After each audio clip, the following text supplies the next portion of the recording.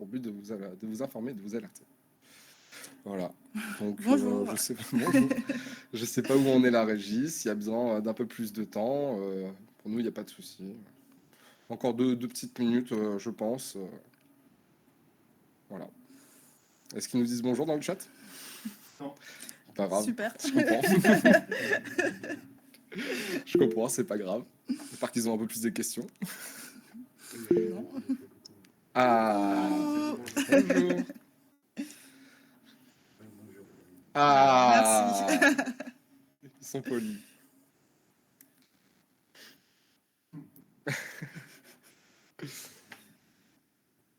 On peut y aller? Très bien. Bonjour et bienvenue à cette webconférence qui a parlé du développement durable dans l'IT moderne. Je m'appelle Noël Casero et voici Manuela Dourmand. Bonjour. Nous sommes des techniciens supérieurs système et réseau à la piscine en formation et on va dès à présent vous introduire le sujet. Tout d'abord... Ah, slide suivant s'il vous plaît. Merci. Tout d'abord, hop. De toute façon, tout d'abord, on va vous introduire le développement durable. Le développement durable est un modèle d'organisation de la société qui va prendre en compte nos besoins de notre génération actuelle, comme moi et Manuela, avec celle de la génération future, dans le but d'être en respect avec l'environnement. Quant à l'IT, l'IT va être un terme générique qui va englober tout ce qui touche autour du matériel et des logiciels informatiques. Les deux vont créer le Green IT. C'est sur quoi on a basé notre webconférence et dans le but de vous alarmer et de vous informer de pourquoi il faut prendre cette question au sérieux. Notre conférence donc va se diviser en 3 plans. Le premier que Manuela va commencer bientôt va être le contexte et les enjeux. Le deuxième sera les stratégies et enfin le troisième sera les avantages. Je laisse Manuela donc vous introduire le contexte et les enjeux. En effet, aujourd'hui, l'enjeu que nulle organisation ne peut ignorer est l'impact de ses actions sur l'environnement. Ainsi, ces décisions doivent être prises en adéquation avec le respect de l'environnement. Dans le cas où une organisation ne prend pas en compte ce facteur, elle pourrait être boycottée par ses consommateurs, voire dans une situation plus extrême, sanctionnée. C'est pourquoi, de nos jours, une organisation se tournant vers le vert évite des conséquences économiques et sociales pouvant être néfastes pour elle. Est-ce que vous saviez que l'iPhone 10 d'Apple génère près de 80 kg de CO2 durant toute sa vie? Cela peut vous paraître anodin, mais selon l'ADEME, cette même quantité de CO2 équivaut à 1h20 de trajet en avion, soit un Paris-Marseille.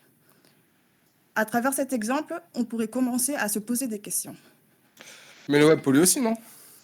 Exactement, Nolan. Le web a également un impact sur l'environnement. Il émet 200 kg de gaz à effet de serre et consomme 3000 litres d'eau, ressource importante pour notre planète. Hop, slide suivant, s'il vous plaît. Au total, le numérique représente 4% de gaz à effet de serre émis, chiffre qui devrait doubler d'ici 2025. Et en France, l'émission est à 2% et peut atteindre 7% d'ici 2040. Je vais maintenant vous parler de la consommation énergétique des data centers, soit centres des données en français. Les data centers représentent 2 à 3% de la consommation électrique mondiale. On est passé de 54 TWh par an en 2010 à 77 TWh par an en 2018. Les raisons?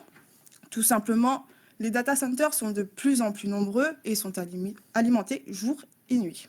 Et concernant Internet?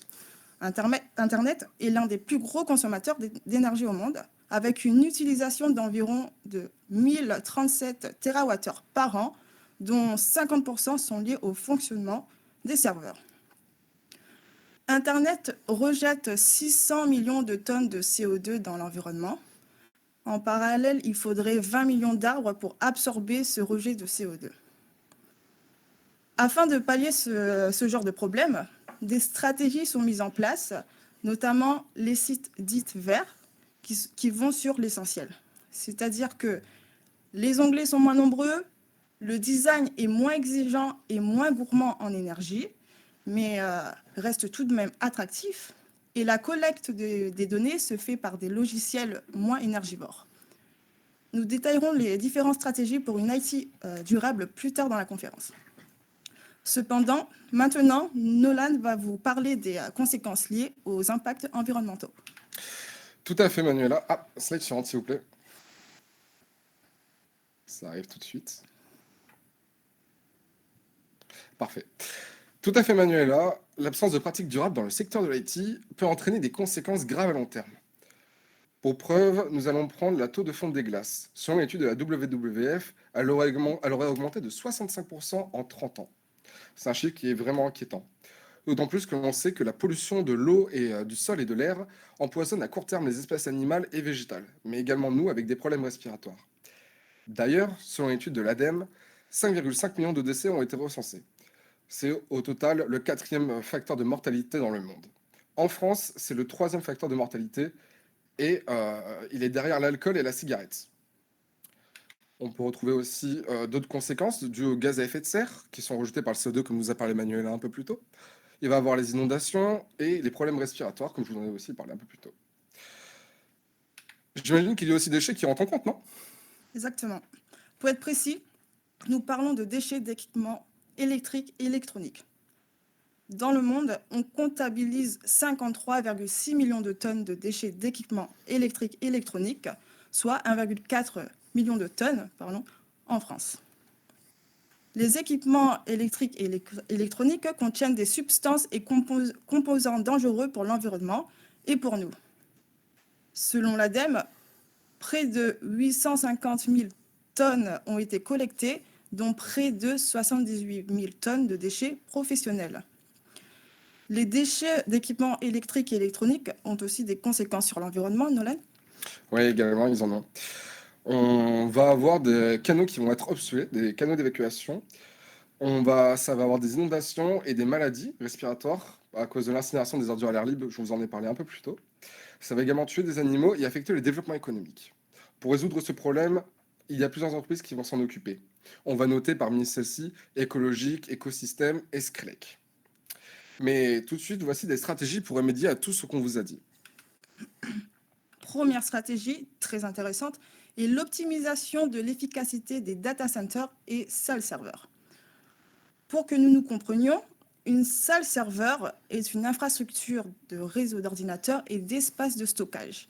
C'est un espace physique qui abrite toutes les données circulant sur le réseau informatique. Lorsque la taille est petite, nous parlerons de salle serveur. Lorsqu'elle est importante, nous parlerons de data center. L'un des principaux défis des data centers est la dissipation de la chaleur générée par les serveurs. La chaleur générée pourrait être récupérée et être utilisée pour la production d'eau chaude ou pour les applications de chauffage.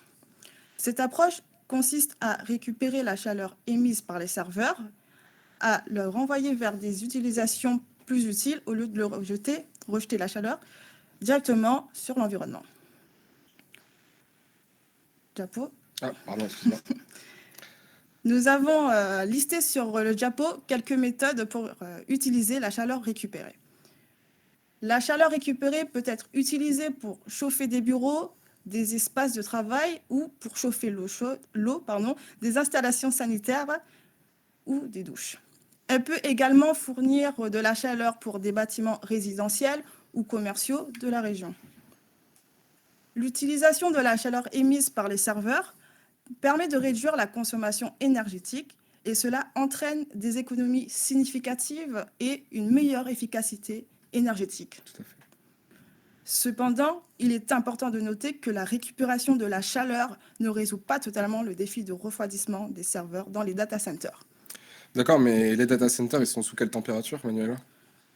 Selon une organisation internationale technique dans les domaines des génies thermiques et climatiques, l'ASHRAE, la température d'entrée des serveurs doit se situer entre 18 et 27 degrés. Il y a plusieurs techniques pour refroidir les serveurs, telles que l'utilisation de la séparation de l'air chaud et de l'air froid, le refroidissement par liquide et l'utilisation de l'air extérieur quand les conditions le permettent. Ces techniques permettent de maintenir les serveurs dans des plages de température optimales. Est-ce qu'il y a d'autres entreprises qui ont mis des techniques pour cela? Alors oui, Nolan, notamment Microsoft qui a lancé un programme expérimental portant le nom de code projet NATIC. Vous avez dû le voir dans la première conférence, ils m'ont parlé, qui consiste à immerger des centres de données dans un conteneur étanche à une dizaine de mètres de profondeur pour pouvoir refroidir efficacement les installations qui dégagent énormément de chaleur. Plongé dans l'eau froide, le conteneur n'a pas besoin d'être climatisé. Mais ce n'est pas tout. Microsoft a également démontré qu'il est possible de réduire considérablement les coûts de refroidissement en immergeant les racks serveurs dans du fluide conçu pour cet effet. Je laisse maintenant la main à Nolan pour aborder avec vous 2 autres stratégies pour une IT durable. Oui, diapo suivant, s'il vous plaît. Hop, ça arrive. Parfait. Évidemment, on va vous parler des sources d'énergie, car c'est un élément extrêmement important pour nos data centers comme pour nos serveurs. Selon une étude de l'ADEME, on peut retrouver l'éolienne et le photovoltaïque. L'éolienne va consommer 15 grammes de CO2 par kilowattheure, tandis que le photovoltaïque va consommer 50 grammes de CO2 par kilowattheure. Pour vous donner un ordre d'idée, le combustible fossile, donc le charbon, lui, va consommer 900 grammes de CO2 par kilowattheure. C'est des chiffres qui sont extrêmement inquiétants. Et on fait comment les jours où il n'y a pas de soleil ni de vent, Nolan? Justement, Manuela, il existe des batteries hydrogène. Ces dernières vont venir stocker le surplus d'énergie de production lors des jours de grand soleil ou des jours de grand vent. Microsoft, d'ailleurs, a expérimenté cette technique et l'a utilisée dans des data centers comme énergie de secours. Y a-t-il d'autres solutions à mettre en place? Oui, on va pouvoir réduire sa consommation. L'une des mesures à réaliser est de protéger la durée de vie des équipements et de mettre fin à l'obsolescence programmée. Si vous ne savez pas ce que c'est une date de péremption des équipements informatiques qui est prévue pour que certains équipements informatiques donc meurent à un certain moment. Afin de réaliser ces changements, nous allons pouvoir réutiliser des équipements informatiques. Pour ça, on a 2 solutions. Soit via le biais d'un reconditionnement, qui sera donc 75% moins cher que son prix initial, 75% moins cher que son prix initial, ce qui est assez intéressant pour vous, utilisateurs, comme pour des entreprises. Et la deuxième solution va être le recyclage.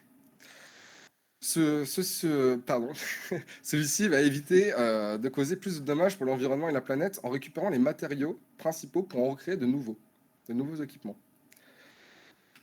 Aussi, on va pouvoir vous parler, slide suivante s'il vous plaît, on va pouvoir vous parler du low-tech et de l'high-tech.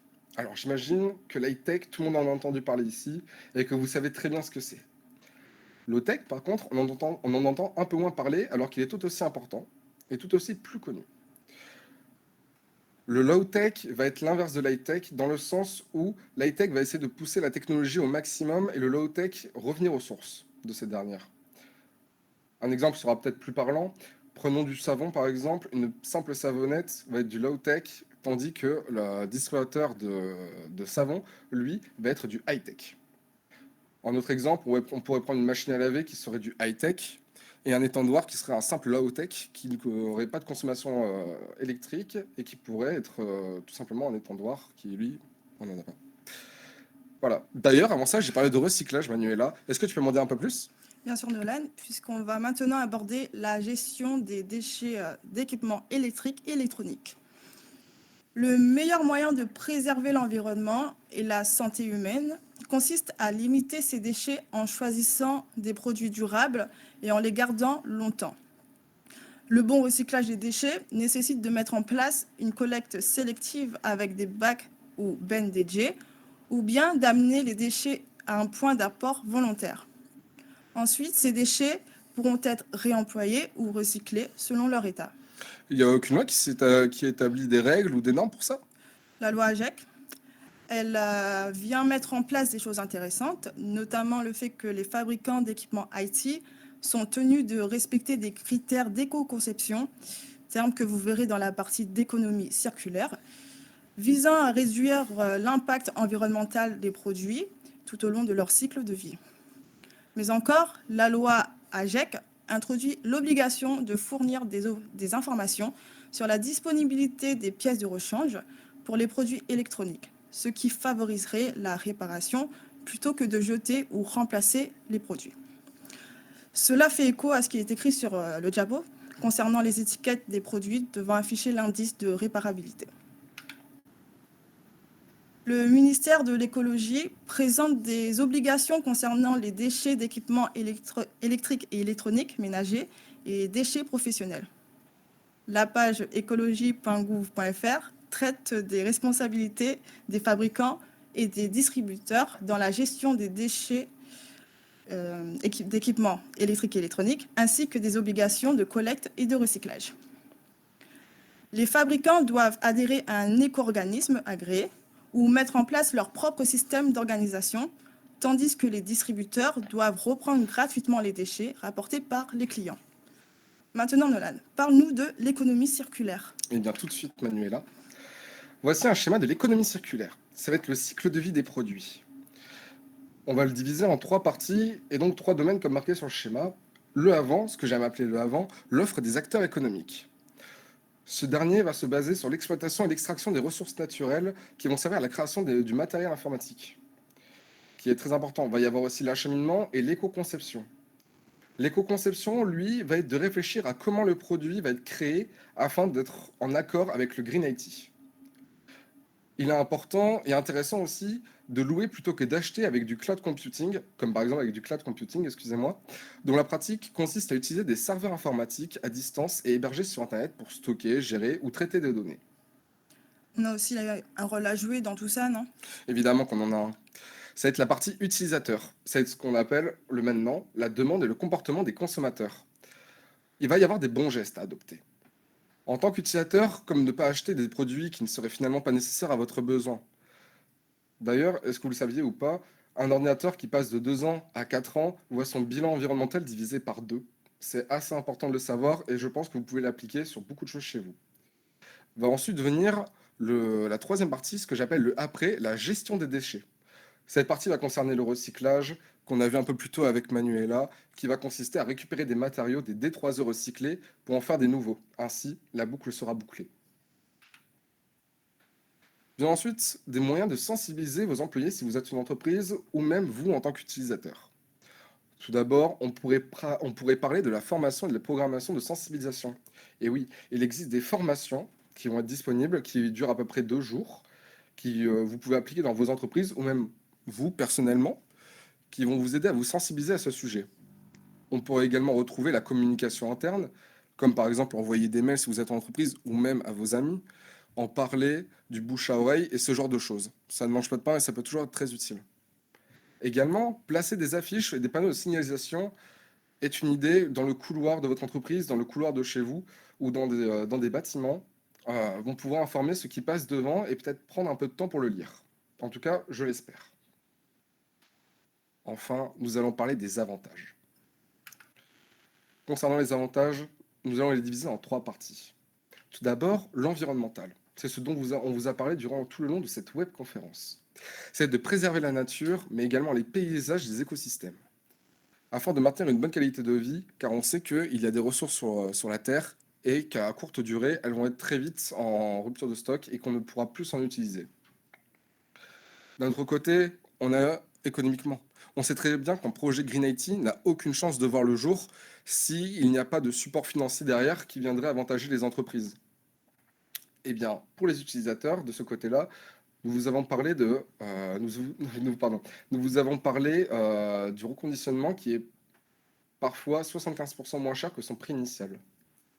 Pour les entreprises, on vous a également parlé des énergies renouvelables, des sources d'énergie avec l'éolienne et le photovoltaïque qui, sur le long terme, vont être assez importants et assez intéressants également pour vous.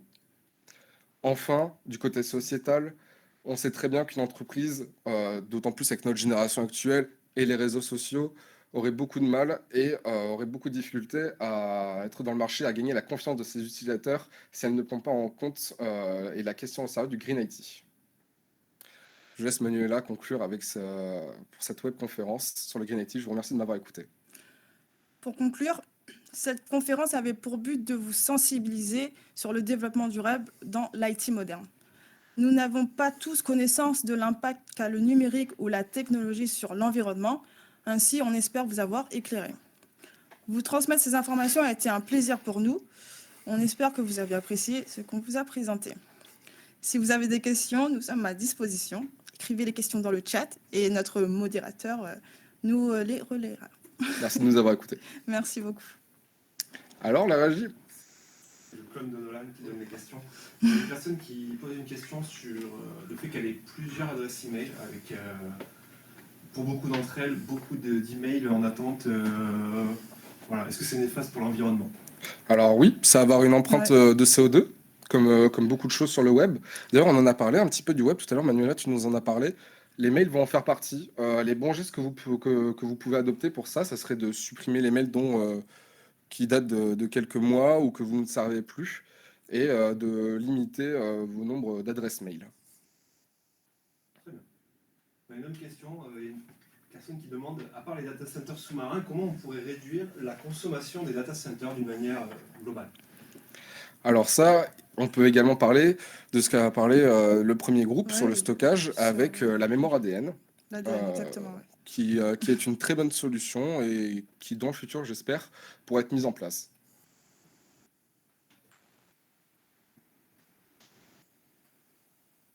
Après, donc, la même personne qui, par rapport aux mails, qui nous demande si on supprime des mails, est-ce qu'ils restent stockés malgré tout? Et est-ce que du coup, ça a un impact? Ils peuvent être stockés, mais ils auront moins de... Comment je pourrais dire? Moins d'impact. Moins d'impact, ouais, peut-être. exactement. Je pense qu'ils auront moins d'impact en étant supprimés, car ça serait juste dans un cache de data center et de serveurs, et que ça serait plus stockage pur. Ça serait plus léger en termes d'empreinte CO2. Ils seront bientôt stockés dans de l'ADN. Et ils seront bientôt stockés dans de l'ADN, exactement. Je l'espère. On n'a plus trop de questions. Donc, Peut-être d'autres questions? c'est des remerciements. Je vous remercie à vous. On peut passer. Il y a d'autres questions? N'hésitez pas. Si vous voulez poser des questions, c'est maintenant. Écrivez-le Sinon, nous sur allons le passer à la chat. conclusion. Sinon, nous allons passer au remerciement et puis on sera heureux. Alors, pour vous, quelles seraient les bonnes pratiques? Car on entend beaucoup de personnes qui attirent l'attention sur les mails inutiles envoyés, mais le serveur ou le switch, lui, continue de tourner. Et ce n'est pas parce qu'on envoie moins de mails qu'on va arrêter le serveur. J'ai pas Comment? tout J'ai suivi. pas- non. J'ai pas très bien compris la question. C'est Aloïs qui pose cette question. Ouais, bah, ça m'étonne pas. Est-ce que la régie peut nous traduire un petit peu la question? J'ai un peu du mal à comprendre. On a un peu de mal aussi, hein. J'ai lu comme ça. Aloïs, fais un effort. Reformule ta question, on veut bien y répondre. Toujours les Sinon, mêmes c'est qui posent des l'intervention questions. Trop relou. Trop relou. Pourquoi inviter ses amis? Je pense qu'il veut dire que même si on envoie moins de mails, les serveurs, eux, continuent de tourner. Mais du coup, s'il y a moins de mails, il y a quand même moins de besoin de place de stockage. Et donc c'est là où, en effet, on consommera moins et où on aura besoin de moins d'énergie, moins de disques, moins de place, moins de matériel, moins de... Très bien. Il a cassé l'ambiance au développement. On passe au remerciement ou il y a d'autres questions? Oui, alors, il y a un certain T. Il y a un certain T qui précise que c'est la couche transport qui consomme du CO2. Eh oui, c'est la couche 4 du modèle OSI. Avec des protocoles comme le TCP ou l'UDP. Et oui, nous sommes TSSR. Eh oui, nous sommes techniciens système et réseau avant tout. Il n'y a plus de questions. Il n'y a plus de questions? Non, Yes. Bien. Altef. La bibliographie et enfin les remerciements. On tient à remercier surtout nos intervenants, Thierry Ahmed qui est dans le chat, mais également Jérôme Autier qui a supervisé toute la régie qui est derrière la caméra. On tient aussi à remercier l'école La Piscine pour la formation dans laquelle ils nous ont plongé, si je peux dire, Exactement. et nous laisser des locaux afin de faire notre webconférence. Donc merci à Johan Rousset, mais également à tout le staff. Et enfin, on voudrait faire un grand remerciement à nos camarades Jonathan Asco, Jérémy Arika et Youssef Medjadji qui sont passés en premier Oui, pour sur le stockage. pour le stockage. Et les autres, je te laisse les présenter. Joey Gayout et Jocelyn Gasmer pour la deuxième conférence sur la cybersécurité. Voilà. Et aussi, sans oublier, on voudrait vous remercier, vous, d'être venus et d'avoir posé quelques questions et de nous avoir écoutés patiemment. Remercie Je vous nos remercie. proches également. Et nos proches également qui sont venus. C'était un grand plaisir et j'espère que ça vous aura aidé. Merci. Au revoir. Au revoir.